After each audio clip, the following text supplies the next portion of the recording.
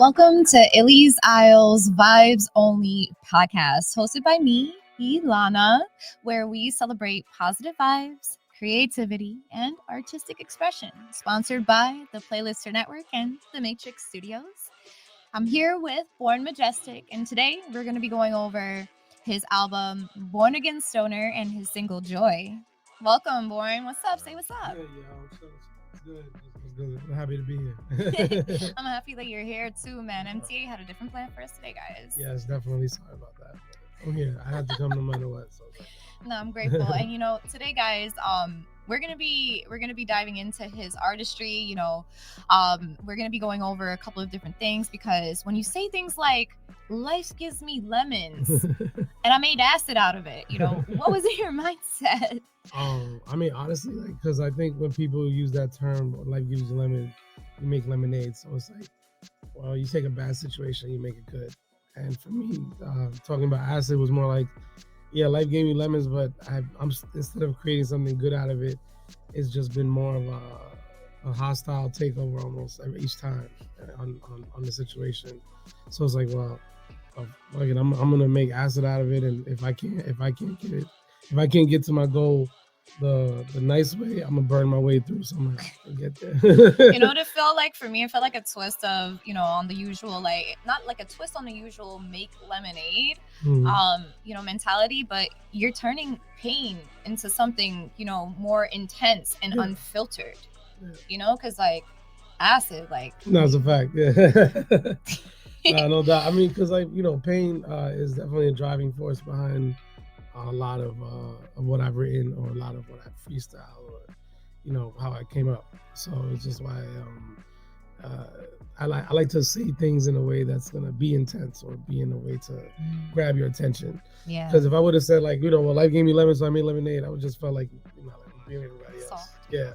No, for real, I would have felt soft. I would have felt like I would have been like I would have felt lost in the whole expression of it all. I wanted to make it my own, Yeah, because there's this strong sense of pain and pushing forward, and just being able to visualize that while you're the listener. It's intense. And then of course in your music and some of the visuals, you can see some of that, because you flash back, especially with Float On, even in I know we're not talking about this one, but the rants, you can see a lot of that just kind of transcending from childhood, and just what made you start, what made you so lyrical? Because is it just the pain that does it? Do you just think like that? Because I know when I was writing and I was rapping, a lot of my pain drove me. If I wasn't, it seems really negative, but if I wasn't in pain, I couldn't write. When I was happy, I was lit, and I couldn't write. Yeah. It had to be some sort of thing dragging me down. So how do you find that balance? How do you find the balance of your intensity, with the mentality, and then also the artistry combined? That's a really dope question. To be honest with you, I personally, I don't know how to explain it, but I don't have a thought process like that when I'm doing it. It's just more like I go through the emotions, and I don't like to let the demons fester. So I don't like. I hate when I get in my mind, because I overthink a lot, and then I'll start getting very analytical, and then instead of making moves, I just kind of stay stuck. So with writing about my pain, or writing what's going on, or even things that I've experienced that allow me to feel this anger, it's just a way of, how do I put it, just getting through it. Honestly, I grew up in a way where I was, in silence when nobody knew, being physically abused, and being made fun of in school, and then after we left my pops, my mom's, even though she was there however she could be, she had to work. Yeah, but I didn't know that at the time, because to me, you grow up in a dysfunctional situation. You don't understand this, it's not like my mom's telling me, hey, I'm a single mother now, I gotta do this. Because you don't know the dynamic. Yeah, you only know what you're used to. Yeah. Right? So a lot of that pain, just music was always a constant, so I just always wanted to be able to do it. Yeah. And I think that's why it comes out that way. I can relate. I hope I answered that right. No, you definitely did, and I can relate, because a lot of it was me being an immigrant, coming from a broken family myself, and my mom always having to have 2-3 jobs to survive, and music, it started later, but it was my escape. It was how I felt loved. It was how I felt things, and expressed myself as a young child, and the love started just from my dad, just having that musical blood. But for me, like when I look at you, it's more like you kind of transformed your life, right? You took something raw and electrifying and painful, and you kind of took it to like a feeling like of where you were thinking. So I don't know if that makes sense, like a feeling of what you're thinking, right? That makes no sense. No, that makes sense. It's true, because like when I write, or even when I'm freestyling, it's everything. I do it in the moment. It has to be in the moment. I don't know how to. Like, I'm actually jealous of people who write a bunch of songs or raps and they don't even have production yet. They just do it, and I'm like, I can't. I need the music. I need music to talk to me before I can even start talking. Before you talk to it, because we're vibrational beings, right? Like for me, I don't know, maybe you're empathetic, maybe you're empathic. I know that you have a Latino background as well, right? So what kind of Latino are you? Oh, I'm Puerto Rican Ecuadorian. Okay. And I'm from South America myself, my neighbors. So, when it comes like with us, like the reason why I brought that in here too, our culture stems a lot of things, right? We're indigenous people. Like I know my tribes in my borders are Arawak, and they're indigenous. They created Tainos, and a lot of the Taino cultures are rich. I don't know if you know what kind of tribe you're from, but do you think that instills you? Oh, definitely. The reason why I definitely believe that, because I had a really rough upbringing as far as knowing who I was culturally, and the reason why is because my mom, my grandfather, my aunts, and my uncles, they all came over from Ecuador. Nice. So for her growing up, I don't know what it was. It was horrible. That's a different story. But the way she grew me, the way she brought me up, she always brought me up with love and stuff like that. She wasn't a horrible mother. It's just that unfortunately, she didn't teach me about being Latino. Like, I honestly didn't know. I thought I was a white boy until I was in the 6th grade.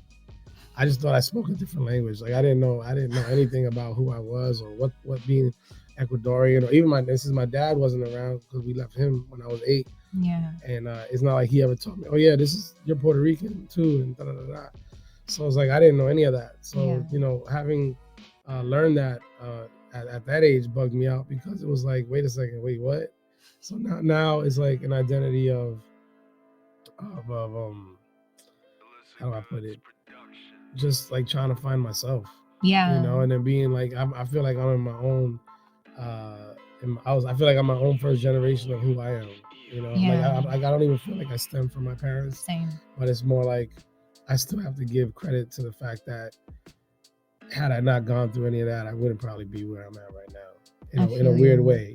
So I hope forgive me, I ramble sometimes. No, that's good. No, I'm listening, and this is good because it's like I was gonna ask you, how did your upbringing, influence your perspective? But you answered it, because it just like finding self, experiencing those things, being able to be your individual self, feeling a disassociation. For me myself too, in my life and in my era, I really just don't feel like I fit in either. I never felt like I fit in. I still don't fit in. That's why I created Ellie's Isle, because it's like I'm on my own island, and I feel like people, I look different, people, because I'm a mutt, and people will look at me and be like, oh, you look like this, or you're this, and then I'm like, no. So like with here, being a creative, that's the whole point of this, is just kind of figuring out like who we are, where our love and passion comes from, and how our artistry strives. So my question for you, here would be, what is a message that you would want to leave the world for your music? Honestly, that I was here. Like, that I exist. I think my problem, even to this day, is that I don't actually I don't really know the impact that I have now on people.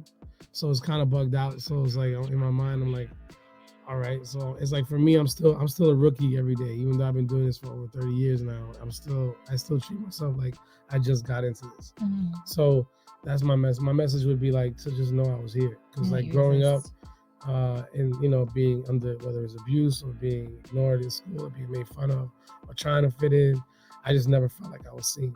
So that's just what I want. I want to be heard and seen, because everybody can have a message. I don't want to be here and be like, oh, that the world has to be a better place, or that oh, you can be a better person and You just you wanna can get through exist. this and that.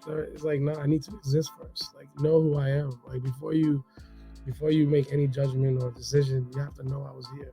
And that's beautiful. really what it is with the music. Like, it doesn't matter whether I'm rapping about how good I am or about how much weed I smoke, or even when I'm rapping about how the world's issues are affecting me.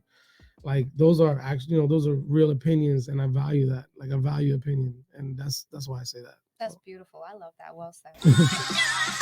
You are a product of all who came before you, a legacy of your family, the good and the bad. It is all a part of who you are. Stop hiding. It only prolongs the pain.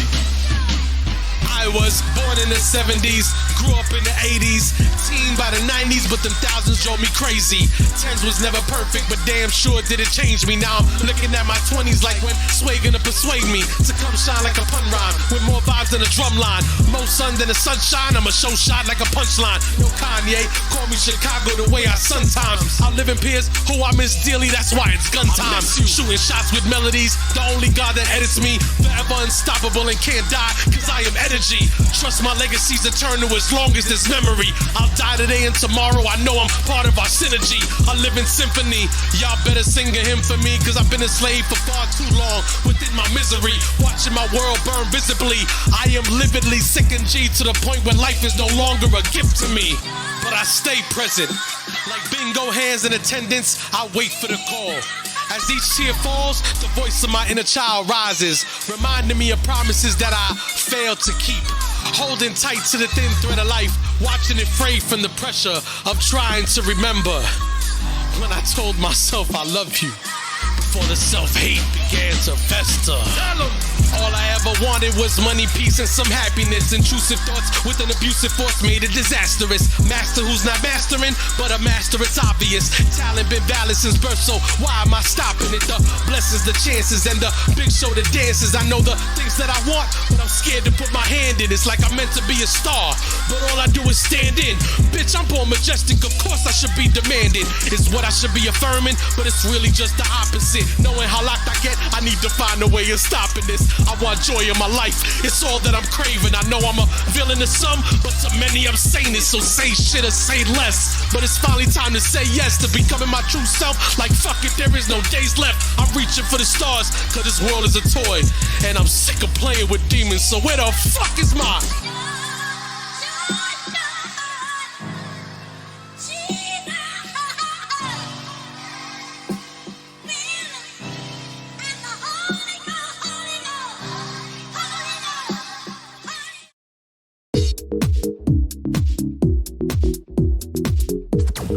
You're in the mix with New York's own DJ Starline.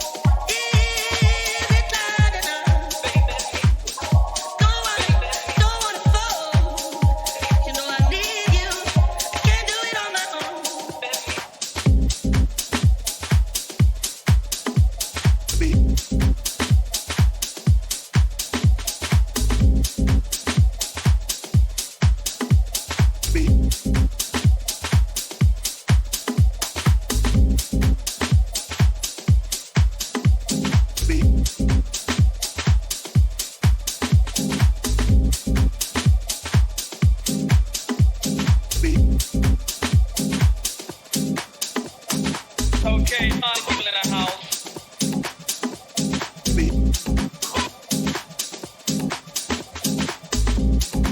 The house.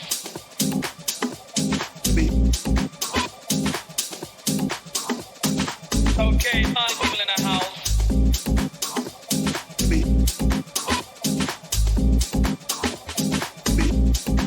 The house.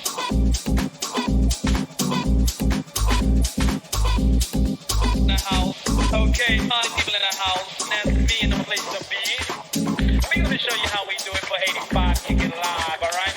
Because I got a funny feeling you're all sick of all these crap rappers biting their rhymes because I'm their backstabber.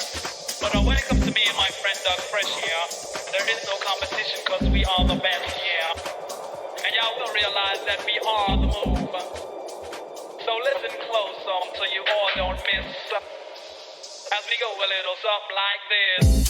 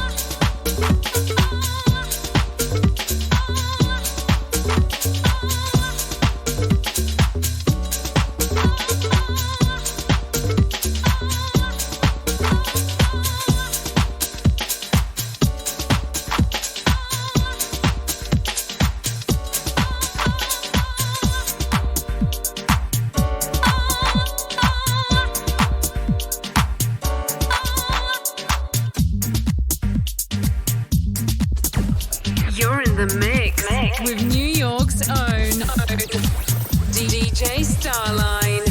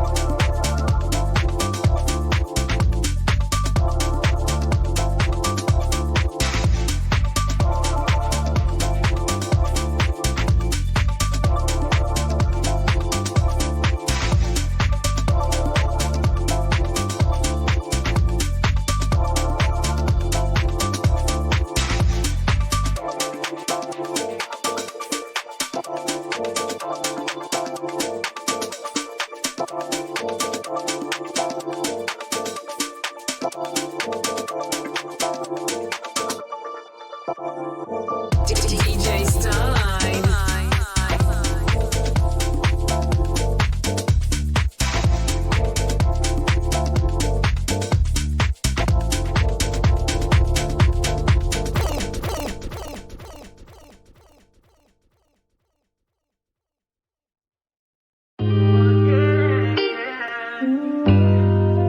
Why do I try?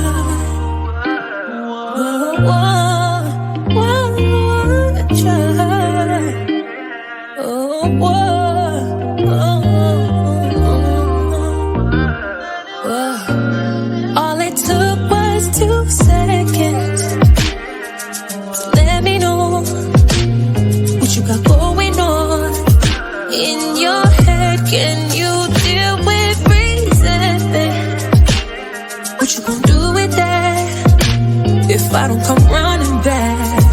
No. You gon' be sick to your stomach, punching the air. Give it one view perspectives, like the proof ain't right there. You gon' be sick to your stomach, punching the air. Thinking, how could she catch it? 'Cause the proof is right there, right there. Oh, oh, oh. Proof is right there. Oh, oh. The proof is right there. Oh, no. Proof is right there. So, I got a question for you. Do you think I'm stupid? Do I got it written on my face? I've been too caught up in my music to witness all your sneaky ways, trying to avoid the case, yeah. I'm running out of sunny days, oh yeah. You supposed to be my happy place, so no, I don't wanna hear that shit. I'm sick of it, how you gon' deny that it ain't what it is? She posted up with you like y'all more than friends, with benefits, this ain't making sense. Serious right now?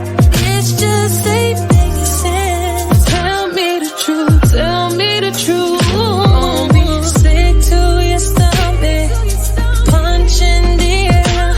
When you see someone else love me, 'cause you never played fair. You will be sick to your stomach, punch in the air. 'Cause I left you with nothing but regret and despair.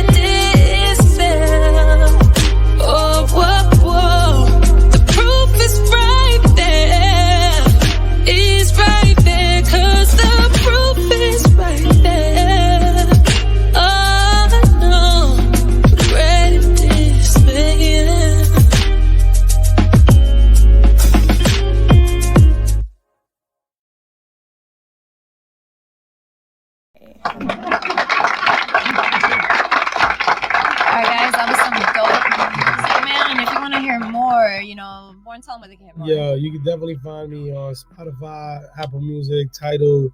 You can follow me on at Bjorn Majestik on IG. That's BJORNMAJESTIK. Definitely hit me up. Let me know what you think. Don't forget, you can find him at the Circle too, man, on Fridays. Oh yeah, every Friday night from May to November. Legendary ciphers. We're the longest running largest and longest running public rap cipher in New York City. Every Friday night, May, November, RIP to Majesty, you know what I'm saying, and for beginning that. And it's myself, Eli Black, Mickey Hustles, and D Nasty holding it down. We got 5 more Fridays until the end of the season. If you miss out, just come through next year. You gotta see them. And then, now I wanted to take a trip, guys, down memory lane. Born. Man, I'm really excited because I wanted to reminisce about something with you, just like kind of simple joys of growing up. Because we grew up in a very simple era, right? No doubt. Now, first up that I have for you, cassette tapes now.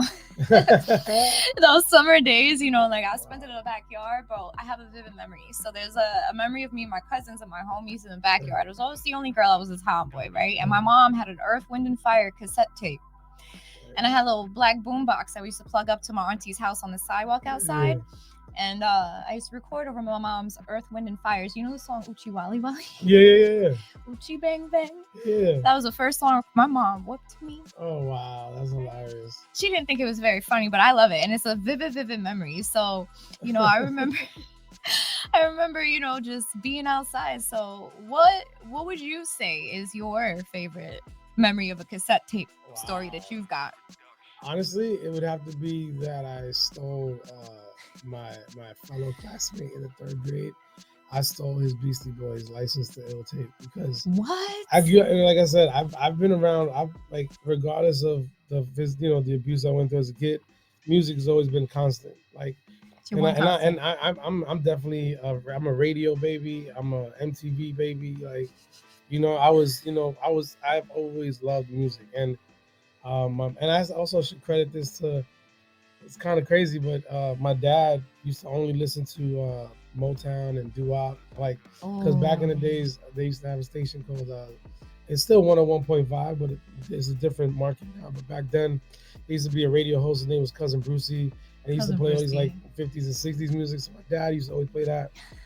And then my mom, with my aunts, because after we left my dad, I was just with my mom. So I grew up with my mom and my aunts.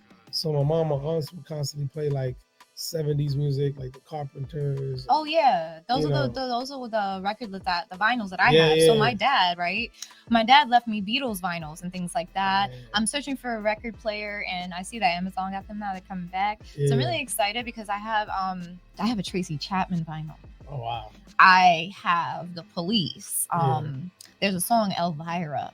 That my dad used to love, and I got that too. So like that's a real one. And then there's another thing that I wanted to tell you that I don't think that these young kids would know about, right? Now I don't know how old you are, or if you want to say how old you are, but I sure as hell don't want to say it right, how old I am. But I think Instagram just knows my birthday just passed. But I don't know, in school in New York, if you remember, carbon paper.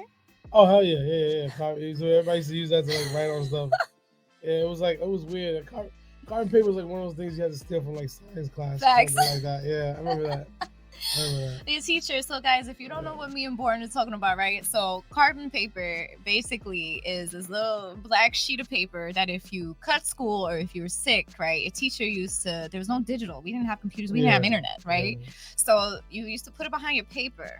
And you used to write on it with your pencil, right? We could only use pencils on it, not pen, right? Because it'll burst it. And you just copy, and it would just copy everything on carbon on the next page for your classmate.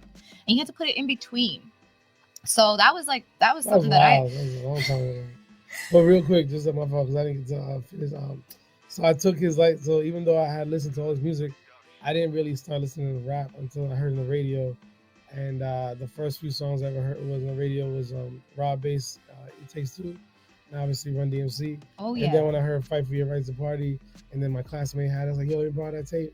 And I never gave it back. You gotta fight. Yeah. And that was the first. That was it. After that, I was hooked. To party. Yeah, nah, for real. My first rap album I ever owned was a Beastie Boys tape that I stole from a classmate. His name was Angel. I remember that. The fact that you stole from an angel. Exactly, right? Exactly. Oh, man. No, this is great. Boy. So, I think that we really covered a lot of different things. I love the fact that I could be nostalgic with you, because a lot of people, when I'm talking about things, they don't really know what I'm talking about. No, I hear you. No, of course. And I'm just really, really excited to see like what you have to bring. And then I just wanted to ask, continuing, exploring, what is it that you have for your future? Like, what is it that you want to incorporate for yourself moving forward next? I mean, you have Saif, you have everything, but is there like future plans? I know that you and I are really big in community as well. And I just want to, before we close it out, I just wanted to see like where your mind was at for the next one as well, because Legendary Cyphers is huge. Yeah, definitely, yes. I think one time we were having a conversation, you said it was over 150K people that showed up or something like that. Like on live, yeah, on live. Yeah, live, yeah. Because we go live on TikTok and on YouTube. And on TikTok, we've been blowing up with our lives a lot. But you guys be having the square at Washington Square Park, like Union Square. I always mess up the parks. That's man. all good. Guys, I'm from Queens, man, but I live in Brooklyn. I don't be in the city, but I'm trying to be here. We're on Wall Street right now. But I'm gonna tell you right now, though, as a pothead, I just remember what you're referring to. So last year, for the hip hop 50th anniversary, we were tapped in to take part in a Elements of Hip Hop competition. It was a 3-day competition, and we hosted the rapper part. And through those 3-day numbers, that Sunday was 190K people throughout the whole event. Then Monday was like 130, and then Tuesday was like 140. That's crazy. So yeah, that was the 40,000. I mean, but digital or in person, it's still crazy, like amazing. It's still views, that's what matters. And I'm just grateful, man. I'm happy that I know you. I'm grateful that you could be here for me. Thank you. And I look forward to seeing what you got to do too, because I keep telling him that I'll be going outside, but Fridays, man, I'm tired. It's all good. It's hard when you pull me out because me, I work from home on Fridays, right? So once I'm already home, it's hard to get me out, but I'm coming. I got 5 more weeks ready to go every Friday. It's all good. Yeah, every Friday from May to November, 8 to midnight. As far as like long term, honestly, I want to focus with what my team and I are doing with Legendary Cyphers, because we have a lot of things that we're growing and things that are in motion. Obviously, I mean, yes, I still do music, but I do it more because like I said, I wanna leave behind my words. You know, I mean, I have a Exist. feeling. Yeah, I have a feeling that I'll probably be that person that like 20 years from now, or maybe long after I'm gone, whatever. Somebody's gonna be like, yo, oh yeah, I listened to this dude. I'm like, oh, word. Next thing you know, people will know about me. Like, I feel like that's what's gonna end up happening. You gotta in the Union Square, you gotta bury a vault. Yeah, no, definitely. With a box of like mixtapes and have them find it in the future. But you know, again, guys, you know, Tilly's Isle, and I'm just grateful to have Bjorn Majestik on here. You know, he's a big facet in our community. He really has a great heart. I appreciate you too and what you do for the community. And, you know, for those of you that don't know him, you know, like, he's really genuine. He is really humble. He never asks for anything. You know, he just wants to push, and he just wants to support others. And that's why I support him, because like he says, you know, he and I are very similar in our passion of where we come from. Our pain was what created our artistry. It was our escape. And we turned it into love. We turned it into something positive. So remember, as we close out Illy's Out today, you know, it's all about positive vibes. And it's all about, you know, kind of growing in that positive direction, right? We don't want to stay stagnant. We want to stay growing. And we want to stay having that vibe. Definitely. Also, I want to say, rest in peace to Nicholas Khan. Hell yeah. Who's the reason why we both know each other as well. Shout out Nikki B. Shout out Nick, man. May he be watching this, probably chilling right now. Happy that we're doing this. We miss you. And guys, if you don't know who he is, like, you better look him up. Nicholas Khan. Rest in peace, boy. We love you. Our work was amazing. and it will forever be that's a fact. ingrained. Definitely.